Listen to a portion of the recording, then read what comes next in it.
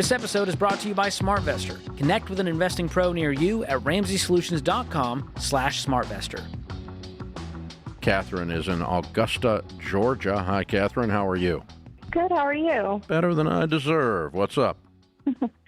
I was calling in.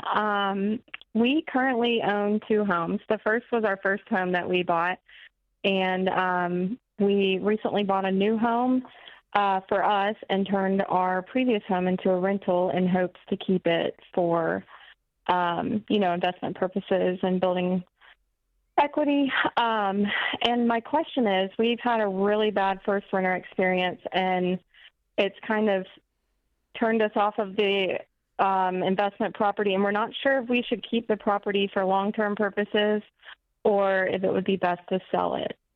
Okay. What do you owe on it? I owe $131. What's it worth? It would probably sell no higher than $190 right now. Okay. All right. So a good way to analyze some of these decisions is to say, all right, I have $60,000 cash sitting in a pile on my kitchen table, and I don't own this house. Mm-hmm. Would I go buy this house today with $60,000 down and take out $130 mortgage? It's not a hypothetical. Today, yeah. If you did not own this house and you had $60,000, which is what you're going to have when you sell it, right? If you had that stacked in cash on their kitchen table and you said, okay, what are we going to do with our $60,000? One thing is we could go buy a rental property with $60,000 down, the $130,000 mortgage in the neighborhood where we used to live. Would you do that if you didn't own this? No. Why? Because of the renter experience?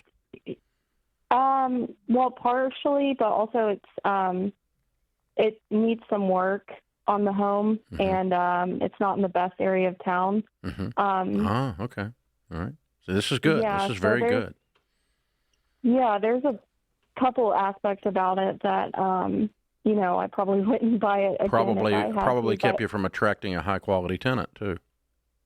Yes. Yes. Yeah, because it needs some work and it's in a less than desirable neighborhood.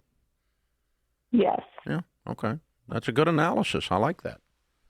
It sounds like you know what you want to do and what you should do. Yeah. But so really what we're saying is the bad tenant really isn't making the decision here. What's really making the decision is that if we were going to buy rental property, it wouldn't be there. So we ended up with this property by default, not by strategy. By default, I mean you already owned it, so you just kept it. So you backed into it rather than intentionally entered into it. Does that make sense? Yes. And that we do that a lot. All of us do that. So what we just walked you through is called a sunk cost analysis, and that you can do that with anything that you own. You can do it with a boat that's sitting in the garage. It's worth $12,000. Okay, if I had $12,000 in the middle of the table, would I go buy a boat? Yeah, we love this boat. We go out fishing every weekend. Yeah, okay, then you keep the boat, right? Or heck no, we hadn't used the thing in 4 summers. Well, why are you taking up the garage with it then? Selling, put the $12,000 in your pocket. It's the same kind of thing. You just do a reverse. You reverse engineer out of where you are and say, would I do this again if I hadn't already done it? And it helps you to clarify, because you were instantly started giving me really logical, good reasons. And so, yeah, you need to sell this house. Okay. Yeah, and I guess on top of that, we don't have a huge margin of, extra funds.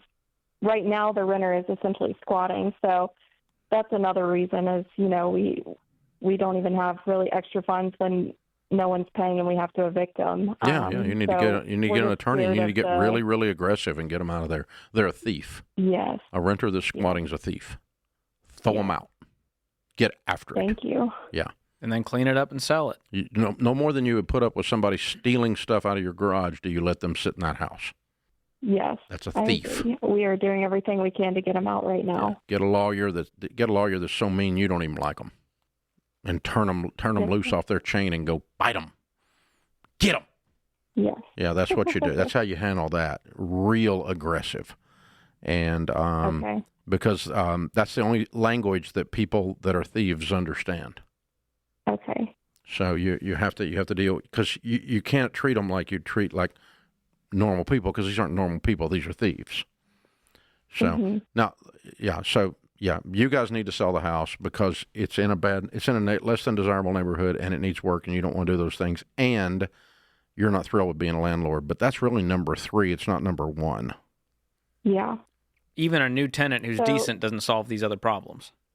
Yes. Okay. Sell it. That's what I would do. It's so that commentary simple. for those of you, because real estate, everybody likes the idea. Not everybody, but a lot of people Are intrigued by the A lot idea. of people want to be real estate people. They want to be a real estate investor. I want to be a real estate investor. So let me just tell you, 100% of the time that you have a problem with a tenant and you're the landlord, it's your fault, not the tenants, because you let them in your house. You didn't screen well enough. You didn't ask enough questions. You didn't whatever. And so it's your fault. You set this up.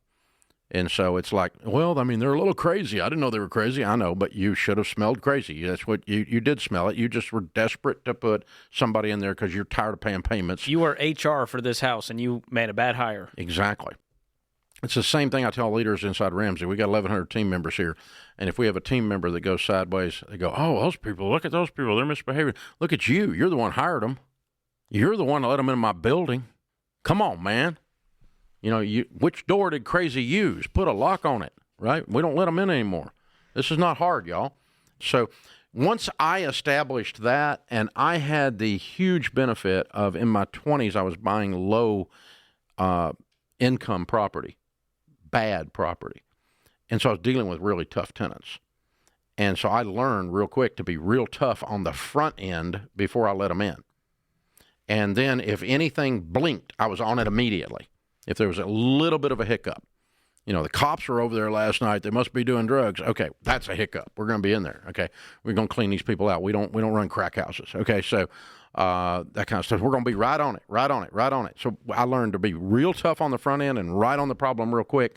And so then when you're dealing with a high class tenant, then the same thing works, but you don't have to be as rude about it. That's true. But you still go, okay, I'm going to be tough on the front end so I don't have a problem later. I would rather run you off, you get mad about us being too thorough because I want to get paid and I don't want you to tear up my house. It's not hard. You got to protect your investment. Part of it. It's freaking drama. And if you don't want to do all that stuff, you don't need to be doing real estate. Just leave it in a mutual fund. You can make money with less hassle factor. Like virtually no hassle factor compared. You won't make as much, but yeah, don't deal with this unless you want to deal with it. That's why I laugh when people say, "Oh, it's passive income." Bull crap! There ain't anything passive at all about owning real estate.